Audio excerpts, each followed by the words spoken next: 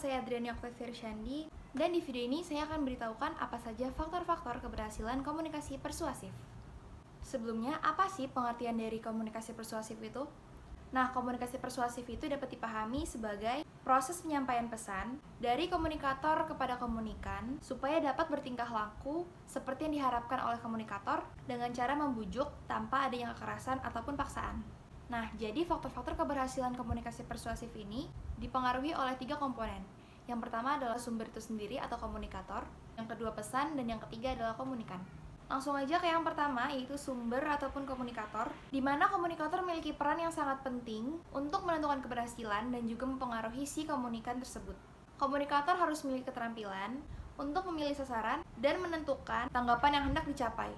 Dan komunikator juga memiliki beberapa aspek. Yang pertama adalah kredibilitas komunikator. Untuk mempengaruhi si komunikan, maka kredibilitas si komunikatornya harus diperhatikan. Dan kredibilitas itu sendiri mengacu pada 3 komponen: keahlian, kepercayaan, dan eksistensi. Keahlian tersebut merupakan hal yang utama, karena komunikator akan memberikan kesan yang baik terhadap komunikan jika komunikator tersebut menguasai atau ahli dalam topik tersebut. Dan selain keahlian, kepercayaan juga merupakan aspek yang harus dibangun oleh komunikator itu sendiri. Kepercayaan itu berhubungan dengan kesan komunikan terhadap watak komunikator. Karena komunikator itu wajib memberikan watak yang baik dan sopan sehingga dapat dipercaya pada saat melakukan persuasi. Dan aspek yang gak kalah penting adalah eksistensi.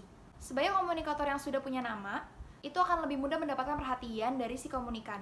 Maka hal itu juga dapat dipertimbangkan dalam proses keberhasilan komunikasi persuasi. Selanjutnya adalah daya tarik komunikator itu sendiri. Seorang komunikator dituntut untuk memiliki daya tarik tersendiri dari fisik maupun psikologis.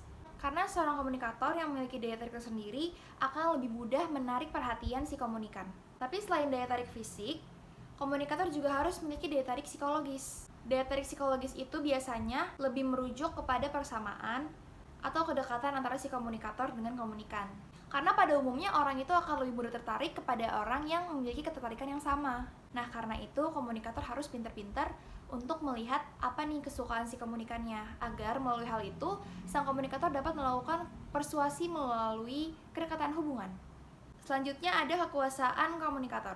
Kekuasaan komunikator ini dapat membuat para komunikan menjadi tunduk kepada komunikator. Tapi kekuasaan komunikator ini tidak boleh disalahgunakan untuk menekan para komunikan pada saat melakukan persuasi. Oke, jangan sampai kekuasaan komunikator ini berubah menjadi propaganda ya.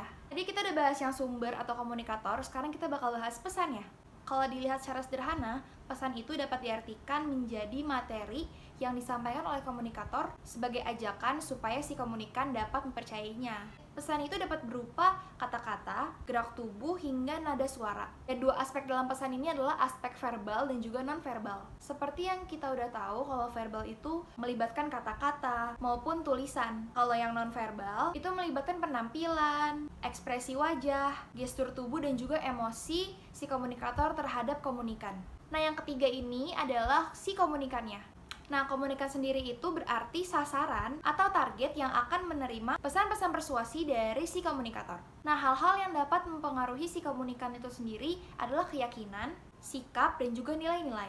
Ketika 3 hal tersebut sudah terlihat di komunikan, maka komunikator dapat lebih mudah melakukan persuasi kepada seseorang ataupun kelompok komunikan. Jadi sekian penjelasan singkat saya mengenai faktor-faktor pendukung komunikasi persuasif. Mohon maaf jika masih ada kekurangan dan sampai jumpa.